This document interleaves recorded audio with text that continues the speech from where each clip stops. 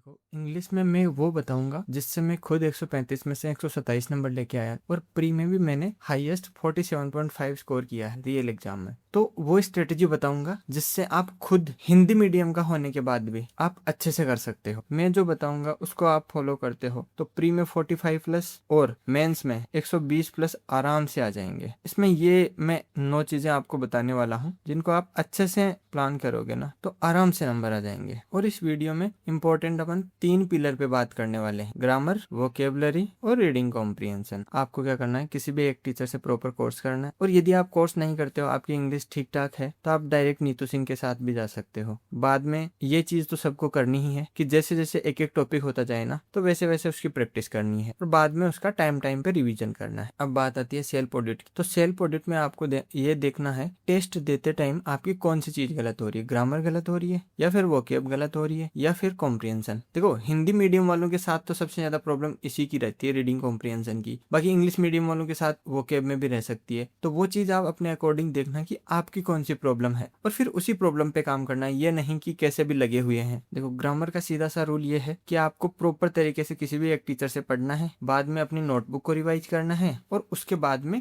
बार बार उसी को रिवाइज करना है। और जैसे कि अब की बार क्या करना है कि जो एडिक्विटी बेस्ड क्वेश्चंस आए हैं ना तो उनको आप किसी भी एक टीचर से प्रॉपर तरीके से प्रैक्टिस कर लेना, क्योंकि अब की बार लंबे लंबे सवाल आए हैं और उनके देखने के बाद भी पता नहीं चलता कि कहाँ आंसर छुपा होगा। तो प्रॉपर तरीके से आपको देखने के लिए आप किसी भी टीचर का कर सकते हो। मैं बताऊंगा अमन सर का करो तो अमन सर का कर लो, रानी मैम का करो तो रानी मैम का कर लो, और या फिर एक जो संजीव सर है ना उनसे भी आप कर सकते हो, वो भी अच्छा कराते हैं। और आपको इस चीज का सबसे ज्यादा ध्यान रखना है, हर चैप्टर के 50-50 क्वेश्चन है ना आपको प्रैक्टिस करने ही करने हैं। और वो जब हो जाए ना उसके बाद में प्रीवियस ईयर के 300-300 400-400 क्वेश्चन करने हैं। 300-300 400-400 में उनकी बात कर रहा हूँ जो कि सेंटेंस इंप्रूवमेंट हो गया, फिलिंग द ब्लैंक्स हो गया या फिर एरर हो गया। उनके जो नए वाले क्वेश्चन आए हैं ना वो अच्छे से प्रैक्टिस करने हैं। देखो मेरी वोकेब कभी गलत नहीं होती, बहुत कम चांसेस होते हैं कि गलत होती है। तो उसका एक ही रीजन है कि मैंने ब्लैक बुक को बहुत बार पढ़ा है, मतलब बहुत ही ज्यादा बार पढ़ा है। ठीक है, सबसे पहले आपको पढ़ना है, दूसरी बार आपको लिख लिख के याद करना है और उसके बाद में 7 दिन जब हो जाए ना तब जितने भी 7 दिन में वोकेब पढ़ी है ना उसको दोबारा रिवाइज करना है। और उसमें वो रिवाइज करना है जो अंडरलाइन किए हो या फिर राउंड मार्क किए हो। हर चीज के 50-50, आप 20-30 भी उठा सकते हो और मैं तो कहूंगा कि आप 50 ही उठा लो। 50 वन वर्ड,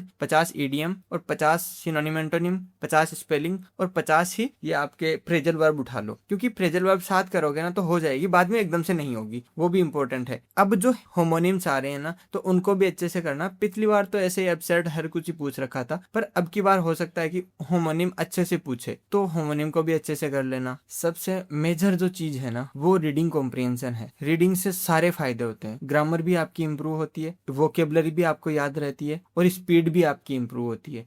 क्योंकि वहां पे ऐसा नहीं होगा कि आप एक एक लाइन मिला रहे हो। हिंदी मीडियम वालों के लिए स्पेशली आप पैराग्राफ पढ़ने के बाद डायरेक्ट आंसर देने होंगे आपको, तब जाके ही आपका पैराग्राफ टाइम पे होगा। क्योंकि 40 मिनट में 45 क्वेश्चन करना इतना इजी भी नहीं है, दिखने में इजी लग सकता है लेकिन जब बात बड़े बड़े पैराग्राफ आएंगे ना तब दिक्कत हो सकती है। तो आपको अभी से प्रैक्टिस रखनी है, पैराग्राफ को पूरा पढ़ने के बाद आप आंसर दे रहे हो, ये नहीं कि हाँ आप लाइन मिला रहे हो, वो वाली चीज आपको बिल्कुल नहीं करनी। और उसमें आपको क्या करना है कि पैराग्राफ में आपको कॉन्टेक्स्ट समझना है, आपको टोन समझनी है, स्पीड में पढ़ना है, आपको रीड नहीं करना प्रॉपर, आपको स्किम करना है। थोड़ा सा ही डिफरेंस होता है रीड और स्किम में, तो आपको स्किम करना है। इंपॉर्टेंट वर्ड भी पढ़ते जाए और टोन भी समझ आ जाए और चीजें भी समझ आ जाए कि बात किस बारे में हो रही है। और इसके बाद में अपने आती है पीवाईक्यू। आपको पुराने वाले नहीं करने, जो रिसेंट में आए हैं ना एडिक्विटी वाले, वो सारे पीवाईक्यू आपको करने हैं और उनमें भी हर चीज के करने हैं, वोकेब में भी करने हैं, कॉम्प्रिहेंशन में भी करने हैं और ग्रामर में भी करने हैं। और मॉक एनालिसिस तो मैं हर स्ट्रेटजी में बताते आ रहा हूँ कि आपको सबसे ज्यादा ध्यान देना है ना वो मॉक एनालिसिस में ही देना है। इसके अंदर आप इंग्लिश वाले में क्या कर सकते हो, एरर ये देख सकते हो कि कौन से कॉन्सेप्ट में एरर हो रही है। दूसरी चीज आपकी, हाँ ठीक है जल्दबाजी में कर दिया यार, ओ माय गॉड। इंग्लिश में सबसे ज्यादा क्या होता है, देखने के बाद पता चलता है कि अरे यार यहाँ गलती थी, तो वो वाली चीज नहीं होनी चाहिए। मतलब पढ़ते टाइम ही आप इतना आराम से पढ़ो कि वो गलती ही आपको सीधा दिखे। एक टाइम प्रेशर के अंदर भी हो जाता है, आप क्या करते हो कि मतलब मतलब जल्दी होता है ना, तो इस वजह से हो जाता है। लेकिन अब की बात, प्री में तो टाइम प्रेशर की उतनी दिक्कत नहीं आएगी, पर मेंस के लिए अभी से आपको तैयार रहना है। अब बात यह है कि इंग्लिश अकेले में ही 3 चीजें आती है, ग्रामर आती है, वोकेब आती है और रीडिंग कॉम्प्रिहेंशन आता है। तो इसको कैसे डिवाइड करें? तो आपको क्या करना है, डेली अभी 1 महीने के लिए स्टार्टिंग में डेली 45 मिनट्स के अंदर ग्रामर का एक टॉपिक करना है, कंप्लीट कर लिया, दूसरे दिन उसके 50 क्वेश्चंस प्रैक्टिस करने हैं। वोकेब के अंदर 20-20 मिनट चारों पांचों चीजों को देनी है, जो वन वर्ड हो गया, इडियम हो गई, क्योंकि इंग्लिश मेन बात यह है कि 135 नंबर का आएगा, सबसे ज्यादा इंग्लिश ही आएगा। लोग मैथ के लगे रहते हैं, लेकिन मैथ से कुछ नहीं होगा, इंग्लिश में भी अच्छा करना पड़ेगा, ठीक है। रीडिंग 25 मिनट आपको करनी है, जिसके अंदर आप एडिटोरियल इंग्लिश माध्यम वाला दे सकते हो, वो बेस्ट रहता है। ये चीजें हो जाए ना पहले महीने में, तो दूसरे महीने में आपको ये स्टार्ट करना है कि आपको प्रैक्टिस के लिए क्वेश्चंस करने हैं हर चैप्टर से। लास्ट एंड फाइनल चीज इस चीज के अंदर कि आपको सेम वो नोटबुक बनानी है, एरर बुक, जिसमें आप वोकेब भी लिख सकते हो जो लेटेस्ट आई है वो सब, और उसमें वो रूल लिख सकते हो जो बार बार गलत होते हैं। क्योंकि आप एक चीज नोटिस करोगे कि एक वक्त के बाद में वही सेम रूल आपके गलत हो रहे होंगे। ये नहीं है कि कोई बार नया हो रहा है या फिर कुछ पुराना हो रहा है, एग्जैक्ट वही रूल बार बार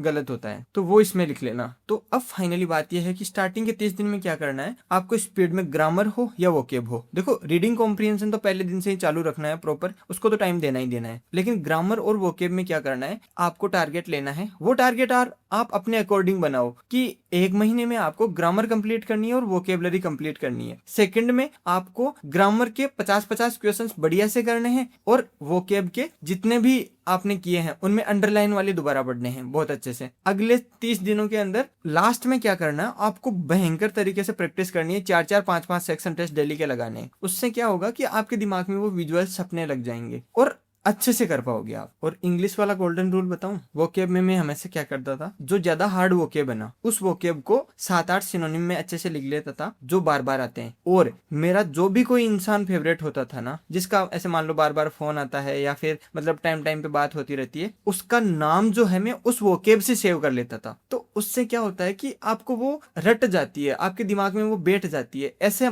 करके आप 50 वोकेब भी कर लोगे ना, जो बहुत ज्यादा इंपॉर्टेंट है और बार बार आती है, उसके बाद में आप उस नाम को चेंज भी कर सकते हो। ऐसे करके आपकी वोकेब बहुत अच्छी हो जाती है। मेरे तो फर्क पड़ा है भाई, जो वोकेब बार बार आती है ना उनको मैं तो लिखता था, मेरे तो फर्क पड़ा था। इवन आज मेरी वोकेब बहुत कम गलत होती है। और इसके बाद आने वाला नेक्स्ट वीडियो है फुल रोड मैप पे 75 डेज का, तो यदि वो वीडियो भी आप देखना चाहते हो तो चैनल को सब्सक्राइब कर लो। अब एक चीज मैं आपको बताना चाहूंगा कि यार आर्टिफिशियल इंटेलिजेंस का जमाना है, तो आप ना हर सब्जेक्ट में कहीं ना कहीं उस चीज को यूज लेना सीखो। मैं क्या कर रहा हूँ, काफी टाइम से इस पे काम कर रहा हूँ, एआई पे, तो मुझे समझ आ रही है कि यार स्टडी में भी इसको बहुत अच्छे से इंप्रूव करवाया जा सकता है। जैसे कि इसमें रीडिंग कॉम्प्रिहेंशन है, तो रीडिंग कॉम्प्रिहेंशन के लिए आपके लेवल का कोई आपको ऐसे मान लो पैराग्राफ चाहिए, आप नहीं चाहते कि यार उस चीज से पढ़ूं या कहीं और से पढ़ूं, आप चाहते हो कि मेरे को सीधा वो मिल जाए पैराग्राफ और बाद में उसके नीचे क्वेश्चंस मिल जाए, या फिर मुझे वो खुद ही समझा दे कि टोन क्या होती है, कॉन्टेक्स्ट क्या होता है, कैसे पढ़ना होता है, वो सारी चीज चैट जीपीटी या एआई समझा दे मुझे। तो उसके लिए आपको एक प्रॉम्प्ट लिखना पड़ता है प्रॉपर, वो मैंने बहुत अच्छे से क्रिएट करके रखा है। यदि आप कहोगे ना तो वो प्रॉम्प्ट भी और भी मैं प्रॉम्प्ट क्रिएट कर सकता हूँ बहुत अच्छे अच्छे। आपको जिस टॉपिक पे चाहिए ना वो टॉपिक बता देना आप,